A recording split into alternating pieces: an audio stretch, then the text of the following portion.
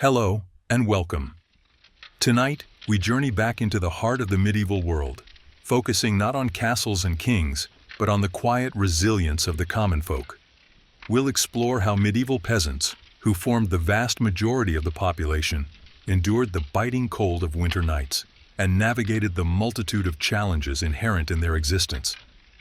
Let the sounds of the present fade as we gently consider the realities of their world, a testament to human endurance. Settle back, breathe slowly, and let's begin. Imagine the sun dipping below the horizon on a harsh winter day in medieval Europe. For the peasant family, this signaled not just the end of outdoor labor, but the beginning of a nightly battle against a pervasive, life-threatening cold. Unlike the stone castles of the nobility, often drafty themselves but larger and built with more resources, the typical peasant dwelling offered minimal defense against the elements. These homes, often called cottages, huts, or hovels, were usually small, single-room structures, perhaps with a low loft space.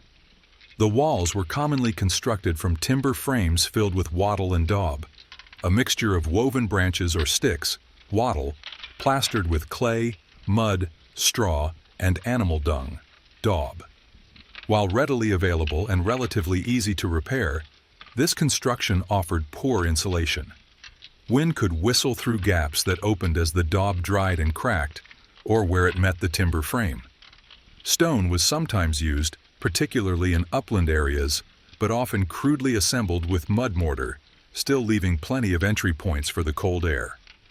Floors were rarely paved or boarded. Most commonly, they were simply packed earth. While practical and cheap, an earthen floor was cold and perpetually damp, especially in winter or wet weather. To mitigate this, floors were often strewn with rushes, straw, or dried bracken fern. This layer provided a bit of insulation, absorbed spills and mud, and could make the floor feel slightly warmer underfoot.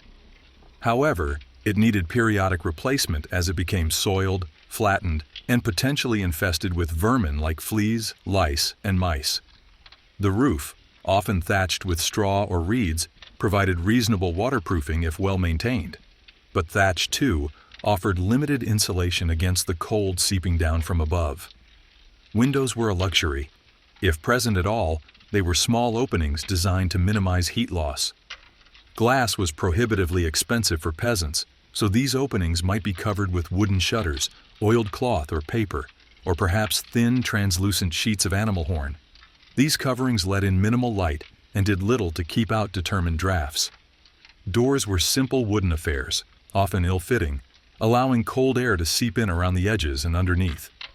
The cumulative effect was a living space that was intrinsically cold, damp, and drafty, a far cry from the centrally heated, insulated homes we know today. Preparing for a winter night was less about achieving comfort and more about basic survival within these limitations. The primary weapon against the encroaching cold was fire. Most peasant homes had a central hearth. This might be a designated area on the earthen floor, perhaps slightly raised or ringed with stones, directly under an opening in the roof to allow some smoke to escape. Chimneys, as we know them, built of stone or brick and drawing smoke efficiently upwards, were rare in peasant dwellings until much later in the medieval period. The open hearth under a roof hole was a compromise. It provided essential warmth and a place for cooking, but it also filled the small dwelling with smoke. The air inside would often be thick and acrid, stinging the eyes and coating surfaces with soot. Residents likely developed a tolerance, but the long-term health effects of constant smoke inhalation were significant, contributing to respiratory problems. Furthermore, the fire needed constant feeding. Fuel, primarily wood or peat, was not always easily obtained. Peasants often had rites, known as estiver rites, to gather fallen branches or cut limited amounts of wood or turf from common lands or the Lord's woods, but this took time and effort. Gathering sufficient fuel for the long winter months was a critical task undertaken during warmer periods. Wood had to be collected, cut, seasoned, dried, and stored, often inside the small cottage itself, taking up valuable space. Managing the fire was a skill, keeping it burning steadily through the night without letting it die out completely, yet also conserving precious fuel and minimizing the risk of sparks igniting the flammable structure or roof. A smoldering fire offered less heat but used less fuel and reduced the immediate fire risk. Banking the embers carefully at night allowed the fire to be rekindled more easily in the morning chill. The warmth provided by the hearth was localized. Those nearest the fire felt its direct heat, while corners of the room remained frigid. The rising heat drew cold air in through the numerous gaps in the walls, floor, and roof, creating constant drafts. Despite its drawbacks, the smoke, the drafts, the fire hazard, the labor of fuel gathering, the hearth was the vital heart of the peasant home in winter, the focal point around which life huddled during the coldest nights. Effective medieval peasant survival absolutely depended on mastering the use of the hearth. Clothing formed the next layer of defense against the cold. Medieval peasant clothing was functional, durable, and made from materials readily available. The primary fabrics were wool and linen. Wool, obtained from sheep, was the star performer in cold weather. Its natural fibers trap air, providing excellent insulation even when damp. It was spun into yarn and woven into cloth, often at home or by local artisans. The quality varied, but peasant wool was typically coarse and undyed, or dyed with simple colors derived from local plants, resulting in earthy tones of brown, gray, or dull green. Linen, made from the flax plant, was smoother than wool, but less insulating. It was often used for undergarments, shifts for women, shirts and brays, loose trousers or underpants, for men, worn next to the skin. While less warm, linen was more easily washable than wool. Layering was key. A typical peasant man might wear his linen brays and shirt, covered by woolen trousers or hose, stockings covering the legs, sometimes joined, and a woolen tunic or coat reaching the knees or mid-calf. Over this, he might wear another heavier wool tunic or a surcoat, especially when outdoors or in extreme cold. Women wore a long linen shift under a woolen gown or kirtle, often ankle length. Like men, they would add outer tunics or cloaks for extra warmth. Cloaks, often made of thick, fulled wool, a process that thickened and matted the fibers, making it warmer and more water-resistant, were essential outer garments for both sexes, providing an encompassing layer against wind and cold. Head coverings were also important for conserving heat. Men often wore woolen coifs, close-fitting caps tied under the chin, or hats, while women typically wore linen or wool veils, wimples, or headscarves, covering their hair as was customary. Footwear usually consisted of simple leather shoes or boots, often low-cut turn shoes, made inside out and then turned. These offered some protection but were not inherently warm or waterproof. Peasants might stuff them with straw or moss for extra insulation, or wear thick woolen hose.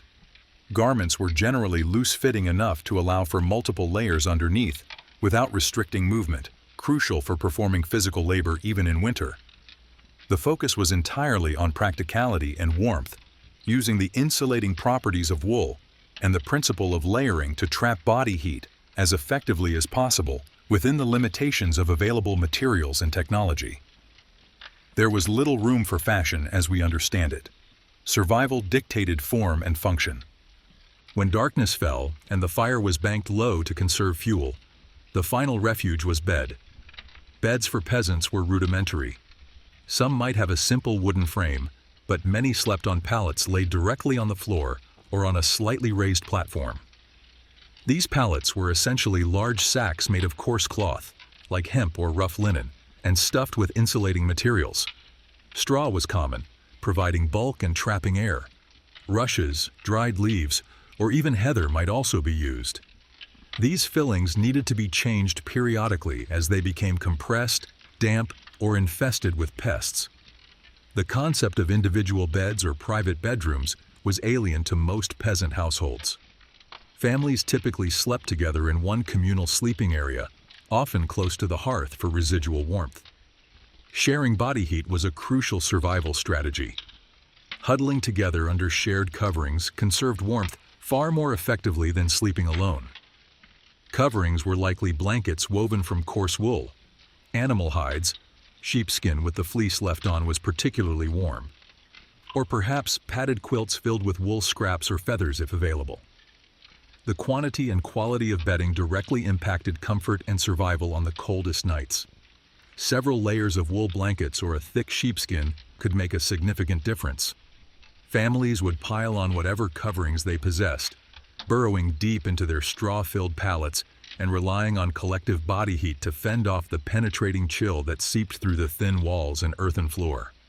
Sleep in such conditions was likely intermittent, punctuated by the cold, the smoky air, the sounds of other family members, and perhaps even the noises of any animals sharing the space. Food and drink also played a vital role in surviving the cold. Simply staying warm requires the body to expend significant energy, and this energy comes from food. Medieval peasant diets, while often monotonous, needed to be calorie-dense, especially in winter. The staples were grains: wheat, rye, barley, oats, consumed primarily as bread and pottage. Bread, often dark, heavy rye or barley bread, provided substantial carbohydrates. Pottage was the ubiquitous dish, a thick, slow-simmered stew or porridge made from grains, like oats or barley, and legumes, peas, beans, bulked out with whatever vegetables were available from storage, typically onions, leeks, cabbage, turnips, and carrots. Small amounts of meat or fish might be added if available, providing valuable protein and fat. Fat in particular from pork, bacon, lard, or dairy, butter, cheese, though less common for poorer peasants in winter, was a crucial source of concentrated calories, helping fuel the body's internal furnace. Preserved foods were essential for winter survival. Meat and fish caught or butchered in autumn were preserved by salting, smoking, or drying. Vegetables like cabbage might be preserved as sauerkraut through fermentation, while root vegetables could be stored in cool, dark places or clamps underground. Fruits like apples and pears could be stored for a time or dried. These preserved stores had to last through the winter until fresh food became available again in spring. Warm food and drink were not just comforting but physiologically beneficial. Hot pottage provided warmth from the inside out. Ale and small beer were consumed daily by almost everyone, including children. While the alcohol content of small beer was very low, the brewing process involved boiling water, making it safer to drink than potentially contaminated water sources. Served warm, ale could also provide a temporary feeling of warmth and deliver easily digestible calories. Ensuring an adequate intake of calories was fundamental to enduring the cold. Malnourished individuals were far more susceptible to hypothermia and illness. The rhythm of daily life medieval peasants experienced was intrinsically linked to securing enough food to survive, especially through the lean winter months. Beyond the individual household, the community itself could be a source of warmth and support during the coldest times. Winter often meant less outdoor agricultural work was possible, especially when the ground was frozen or covered in snow. This allowed more time for indoor communal activities. People might gather in one of the slightly larger or warmer cottages for socializing, storytelling, singing, or undertaking shared tasks like spinning, weaving, tool repair, or processing preserved foods. These gatherings provided not just social connection, but also shared warmth, both literal, from combined body heat and perhaps a slightly larger fire, and figurative, through mutual support and shared experience. While peasant communities could be rife with internal tensions, cooperation was also essential for survival. Neighbors might share fuel if one family ran short, help clear pathways through snow, or assist a household struck by illness. This social fabric, though perhaps less tangible than clothing or shelter, was a critical element in navigating the hardships of winter. Another source of warmth, albeit a mixed blessing, came from livestock. Peasants relied heavily on their animals, oxen or horses for plowing, cows for milk, though milk production dropped significantly in winter, sheep for wool, pigs for meat, chickens for eggs. Protecting these valuable assets from the winter cold and potential predators was crucial. It was not uncommon, especially in colder regions or during particularly severe weather, for peasants to bring some of their animals inside the cottage at night. A designated area at one end of the single-room dwelling might be sectioned off for a cow, a few sheep, or pigs. The body heat generated by these animals could significantly raise the ambient temperature within the small, enclosed space. However, this practice came with obvious downsides.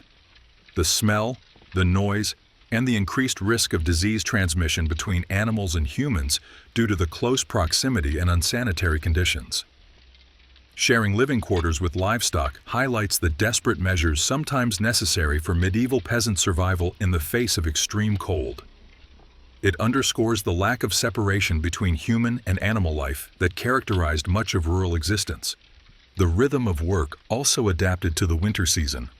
The long hours of physical labor required during planting and harvest seasons were impossible in the depths of winter. Daylight hours were shorter, and weather conditions often precluded extensive outdoor work. Peasants would focus on tasks that could be done indoors or required less exposure: tending livestock, repairing tools and equipment, processing fibers like wool or flax, spinning yarn, weaving cloth, mending clothes, chopping wood, preserving food, and other essential maintenance. While winter offered a relative lull in the agricultural cycle, it was not a period of rest. The work required to simply survive, fetching water, gathering fuel, feeding animals, preparing food, maintaining the dwelling, continued relentlessly. The reduced physical exertion outdoors might mean less body heat generated through activity, making the passive cold feel even more intense. Surviving the cold was just one facet, albeit a critical one, of the broader challenge of medieval peasant existence. Let's gently expand our focus to consider the other interconnected hardships that define their daily life medieval reality. Food security, beyond just having enough calories for warmth, was a constant preoccupation. The entire agricultural year revolved around producing enough food to feed the family and meet obligations to the Lord, rent, often paid in produce, and the church, tithes. Success depended heavily on factors beyond their control: weather, droughts, floods, unseasonal frosts, pests, locusts, rodents, crop diseases, and the health of their draft animals.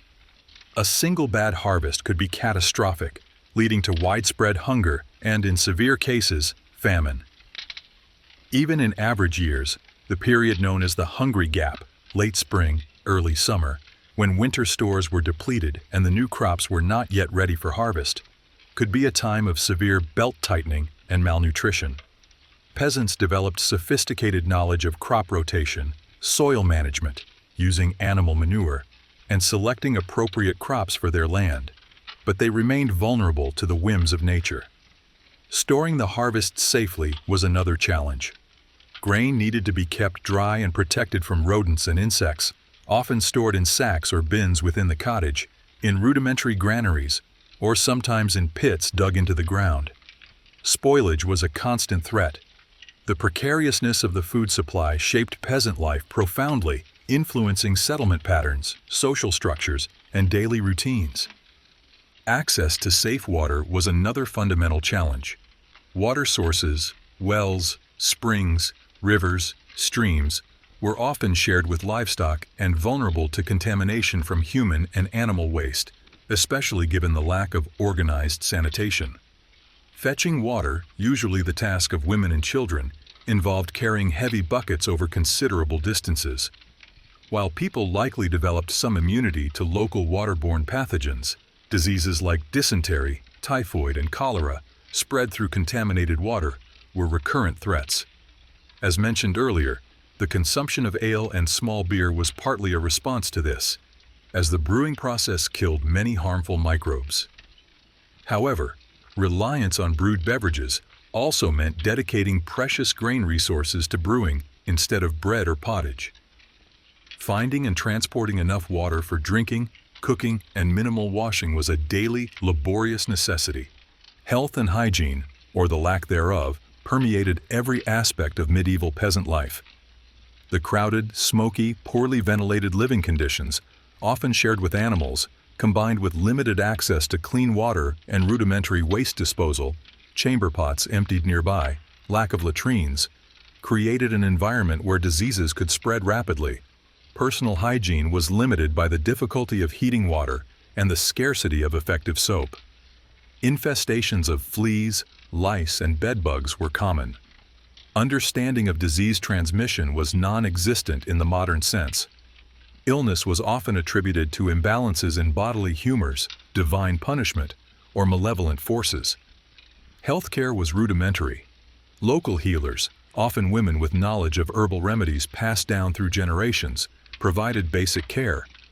Barber surgeons dealt with injuries, bloodletting, and tooth extraction, often with unsterilized tools and no anesthesia. Monasteries sometimes offered infirmary care, but this was not universally accessible. Minor injuries or infections that we treat easily today could quickly become fatal. Childbirth was extremely dangerous for both mother and infant, contributing to high infant and maternal mortality rates. Life expectancy figures for the period are skewed by this high infant mortality. If a peasant survived the perils of childhood, they might live into their 50s or 60s, but their lives were constantly shadowed by the risk of sudden illness or infection. Resilience was necessary, but vulnerability was the underlying reality. Maintaining health was a cornerstone of medieval peasant survival, as illness directly impacted one's ability to work and provide. The sheer physical toll of daily labor cannot be overstated. Peasant life was one of constant, strenuous physical exertion. Farming involved plowing heavy soil, sowing seeds by hand, weeding, reaping crops with sickles or scythes, threshing grain, digging ditches, mending fences, tending animals, all using simple, muscle-powered tools. Men typically undertook the heaviest agricultural tasks, while women managed the household, dairy, poultry, vegetable garden, food preparation and preservation, spinning, weaving, childcare, and often assisted with lighter farm work, especially during peak seasons like harvest. Workdays were long, dictated by daylight hours, typically sunrise to sunset, 6 days a week. The concept of leisure time as we know it was minimal. Even feast days or holidays mandated by the church often involved preparations and specific activities, rather than pure rest. Serfs, bound to the Lord's manor, owed additional labor service, working the Lord's fields, domain, for a set number of days per week or year, alongside cultivating their own plots for subsistence.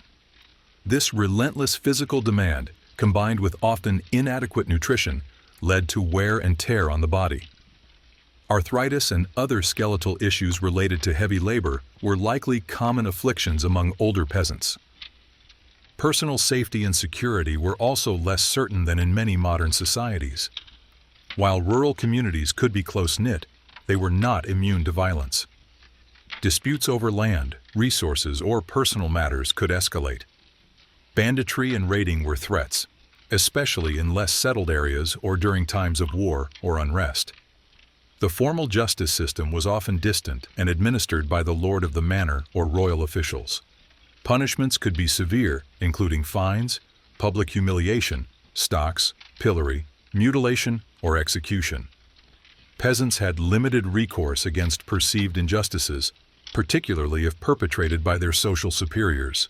Warfare between nobles or kingdoms could devastate the countryside, with armies marching through, requisitioning food and supplies, and potentially destroying crops and homes.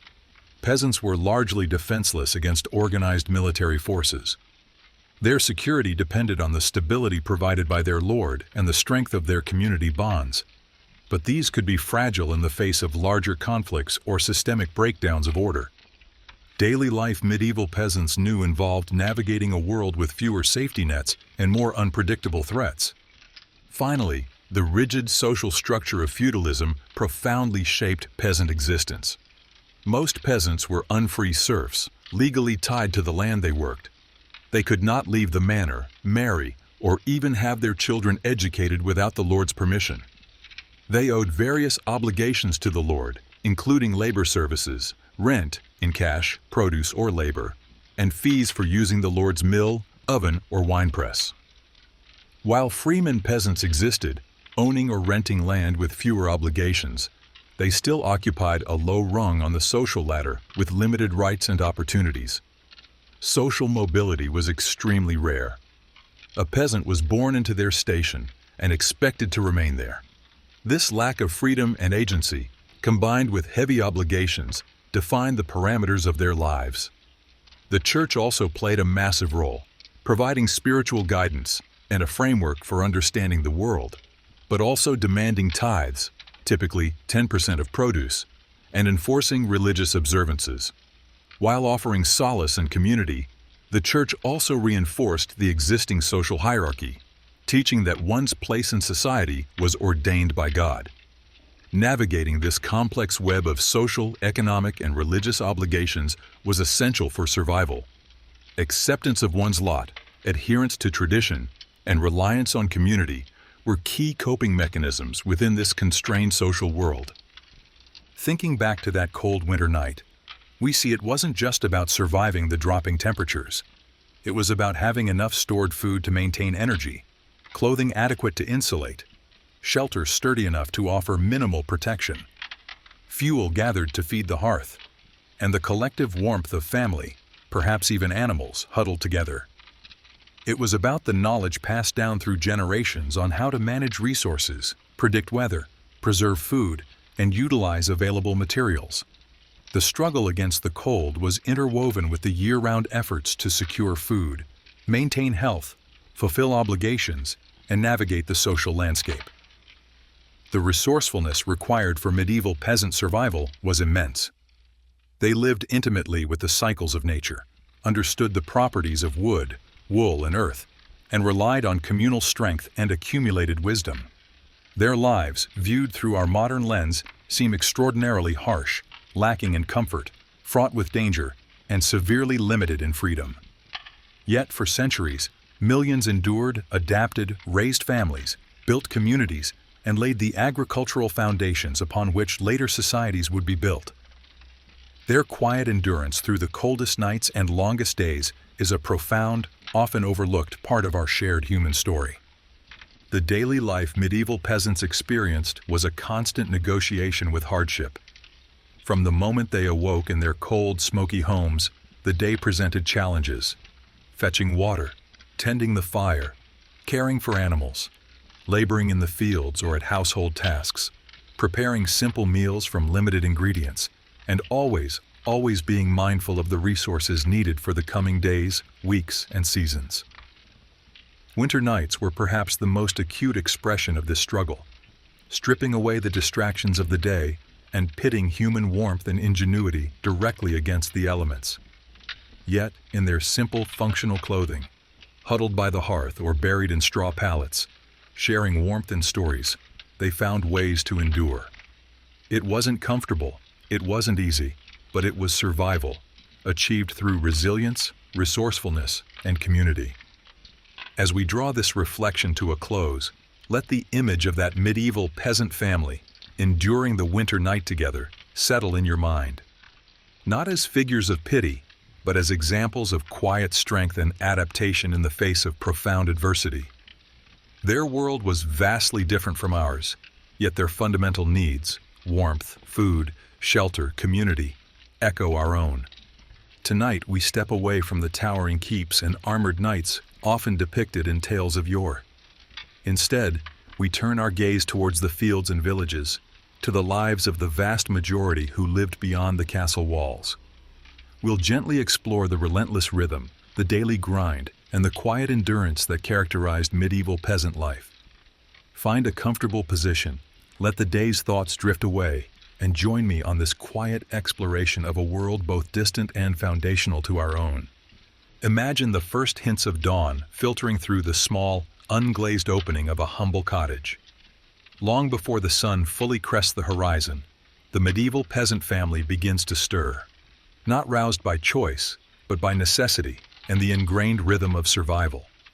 The air inside the single-room dwelling is likely cold, thick with the lingering smoke from last night's banked fire and the close smell of sleep, perhaps even the earthy scent of animals brought inside for warmth or safety. The floor beneath their feet is packed earth, maybe covered with insulating rushes that do little to cushion the hardness or banish the damp chill entirely.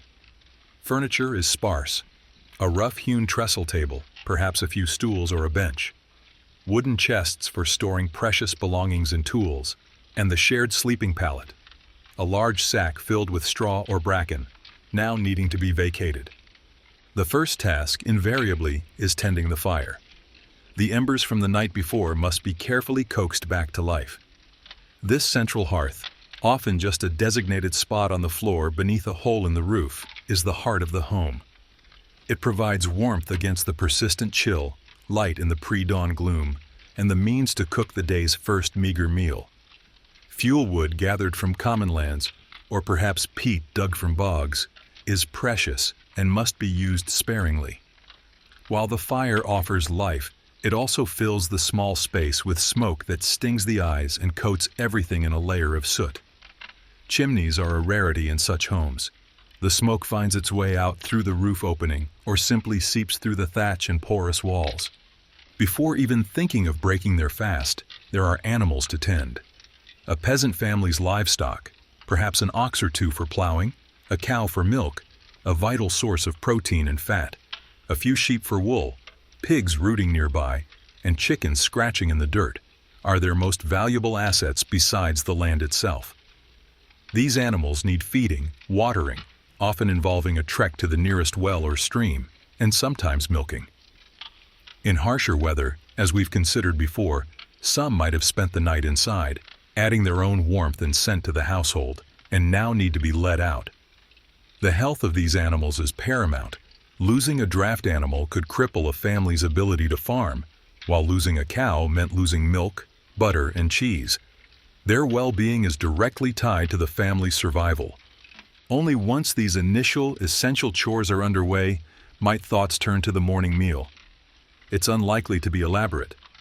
Often, it consists of bread, typically dark, heavy bread made from rye, barley, or a mix of grains known as maslin, perhaps accompanied by a scraping of butter or cheese if the family kept a cow and stores allowed.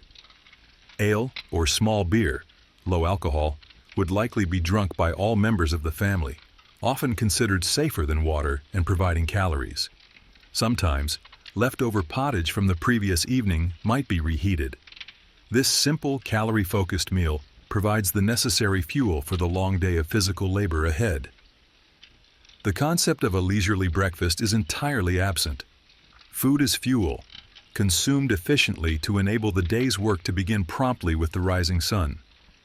This sets the tone for the medieval daily life of the peasant, practical, demanding, and dictated by the needs of subsistence.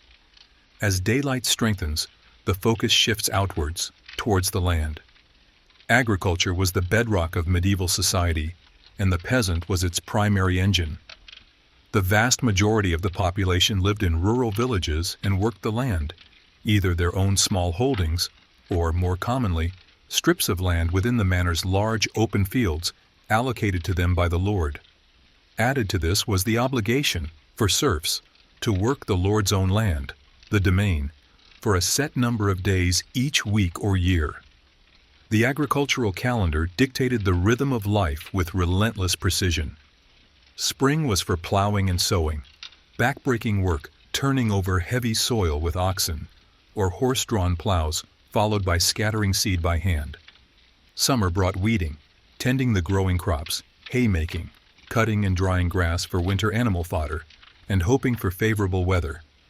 Autumn was the culmination, the harvest. This was the most intensive period, requiring all available hands, men, women, and children, to work from dawn till dusk, reaping grain with sickles or scythes, binding it into sheaves, and transporting it back to the village for threshing, separating the grain from the stalk, often by beating it with flails. Winter offered a slight lull in major field work, but was filled with tasks like tending livestock, repairing tools and fences, processing harvested crops, and gathering fuel. The tools available were simple and muscle-powered. The heavy plow, perhaps with an iron share, was the most significant piece of equipment, but still required immense effort from both the animals and the plowman guiding it. Sickles, scythes, flails, spades, axes, hoes, all demanded strength and endurance. Farming was inherently physical, involving hours of bending, lifting, pulling, and walking. The peasant's body was their primary tool, subjected to constant strain in all weathers. Rain, sun, wind, cold. The work continued unless conditions were truly impossible. Shelter during the workday was minimal. Peasants relied on their simple woolen clothing, and perhaps sought brief refuge under a tree during a downpour. The connection to the land was intimate and absolute.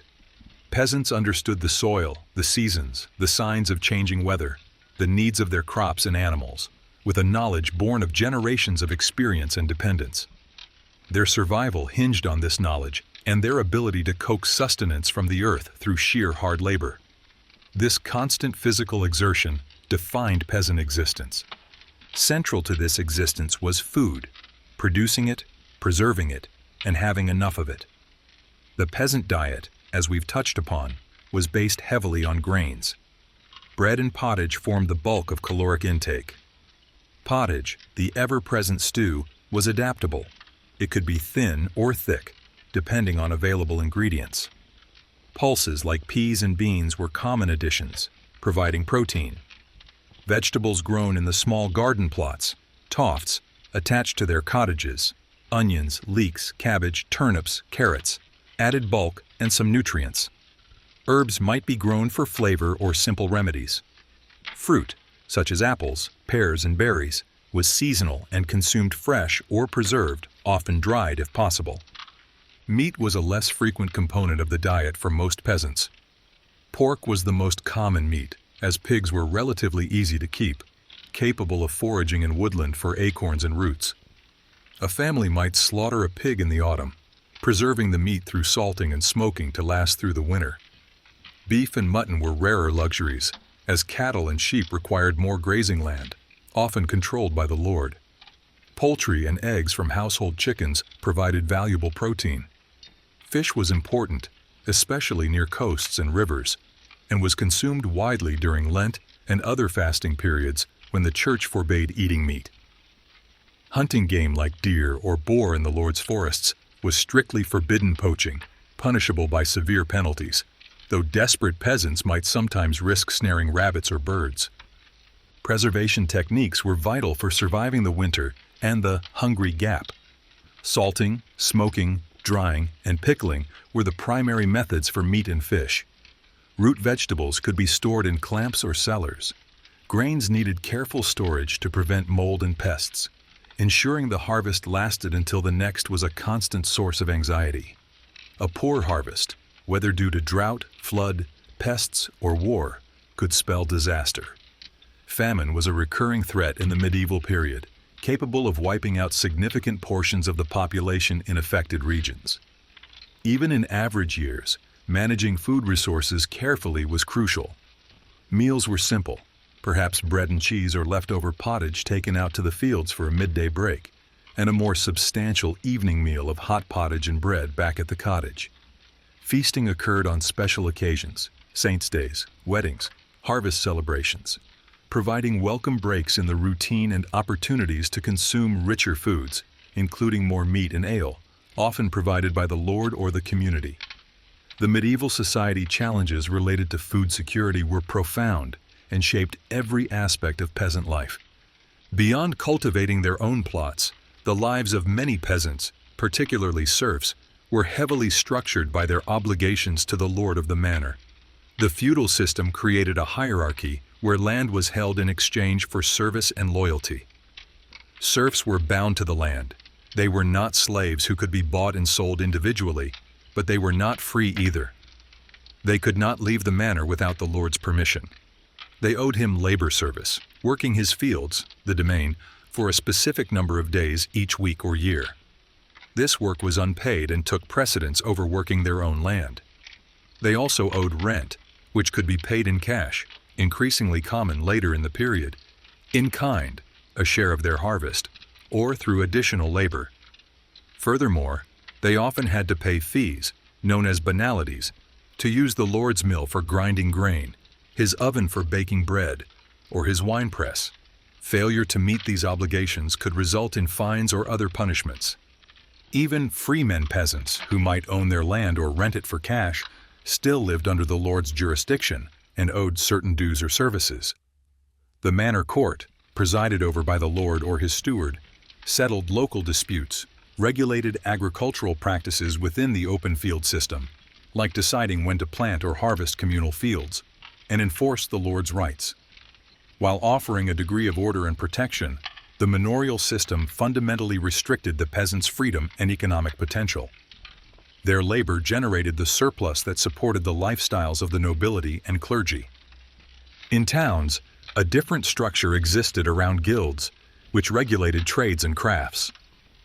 But for the vast majority living in the countryside, the manor and its obligations defined their economic and social world. Work was not merely a means to survive, it was a social obligation, a fundamental part of the established order.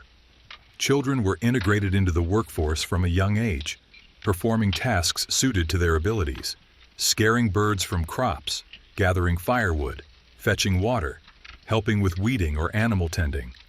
Labor was a family affair, essential for the household's survival and meeting its dues. The relentless nature of work and obligation was a defining characteristic of peasant existence. Life, however, was not solely defined by labor and obligation. The village itself formed a vital community, a network of families living in close proximity, sharing resources, and navigating life's challenges together. Cooperation was essential, particularly within the open field system, where land was farmed in strips intermingled with neighbors. Tasks like plowing, planting, and harvesting often required coordinated effort. Villagers might share tools or draft animals. They gathered for social events, feast days, weddings, and funerals. Storytelling, music, perhaps pipes or simple drums, and dancing provided entertainment and reinforced community bonds. The parish church was the focal point of the village, both spiritually and socially. Its bells marked the time of day and called people to worship. Church services, conducted in Latin, which few peasants understood, nonetheless provided a regular communal gathering. Religious festivals and saints' days punctuated the agricultural year, offering prescribed holidays, holy days, that provided breaks from work, though they often involved religious observances and specific communal activities rather than pure leisure. The church provided a framework for understanding life, death, and the afterlife, offering solace and moral guidance, but also demanding tithes, a tenth of produce, and reinforcing the existing social order as divinely ordained. While cooperation was necessary, village life was not always harmonious. Close living conditions, disputes over land boundaries, straying animals, gossip, and competition for scarce resources could lead to friction and conflict. Manor court records reveal numerous cases of minor assaults, theft, and arguments between neighbors.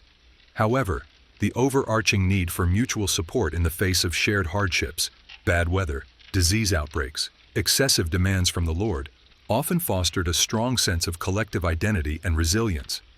The community, with its mix of cooperation and tension, was the immediate social horizon for most peasants. Their world was largely confined to the village and its surrounding fields.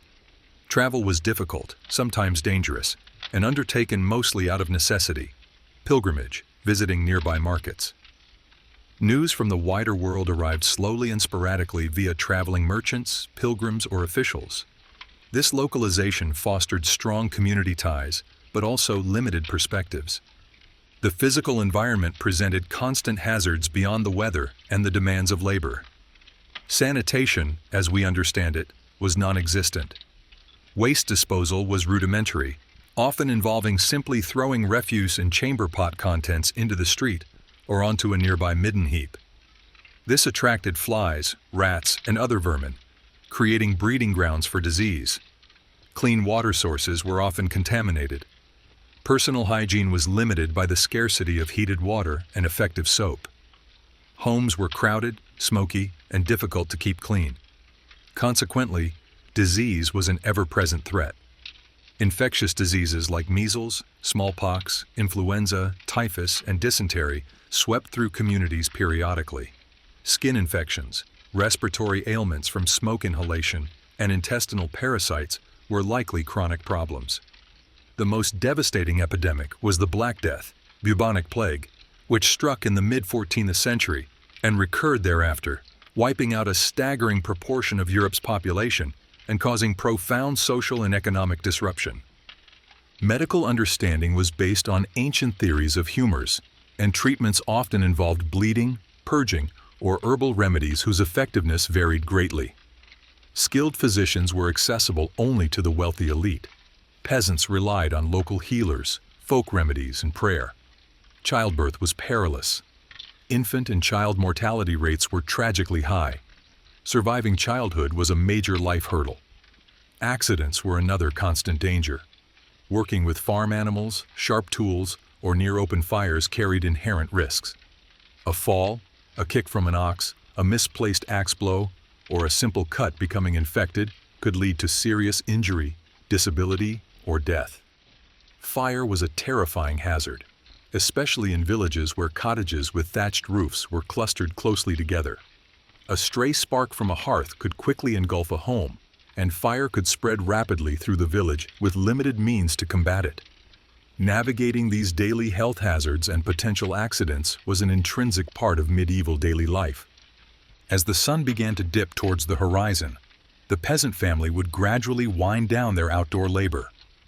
Tools were gathered, animals secured for the night, and the family returned to the relative shelter of their cottage. The evening meal, likely hot pottage simmered over the hearth, perhaps with more bread, offered warmth and replenishment after the long day. Evening hours might be spent performing small tasks by the dim light of the fire or a simple tallow candle or rushlight. Mending clothes, sharpening tools, spinning wool. Stories might be told, or the day's events discussed. Privacy was minimal. The single room housed all family activities. Finally, as darkness enveloped the village, the family would prepare for rest, banking the fire carefully to conserve fuel and preserve the embers for the morning. They would settle onto their shared straw pallet, huddling together for warmth under woolen blankets or animal hides. Sleep offered respite from the physical toil, but the underlying challenges remained.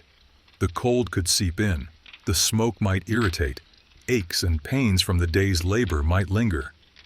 And in the back of their minds, the knowledge that tomorrow would bring the same cycle, rising before dawn, tending the animals, working the land, fulfilling obligations, securing food, facing the inherent risks and uncertainties of their world. This relentless cycle, this grind of medieval peasant life, required extraordinary resilience. It was a life lived in close communion with the earth and the seasons, defined by hard physical labor, constrained by social hierarchy and obligation, and perpetually shadowed by the risks of hunger, disease, and accident. Yet, within these harsh parameters, peasants built lives, families, and communities. They developed intricate knowledge systems for agriculture and survival. They found ways to cooperate, celebrate, and endure. Their labor formed the unacknowledged foundation of the entire medieval world, supporting the castles, cathedrals, and courts that often dominate our historical imagination. Understanding the realities of peasant existence beyond the castle walls offers a more complete and sobering picture of medieval society challenges and the quiet strength of those who lived through them. Let this gentle exploration of their world help quiet your own mind. Acknowledge the hardships they faced, the resilience they showed, and the fundamental human drive to survive and connect that echoes across the centuries.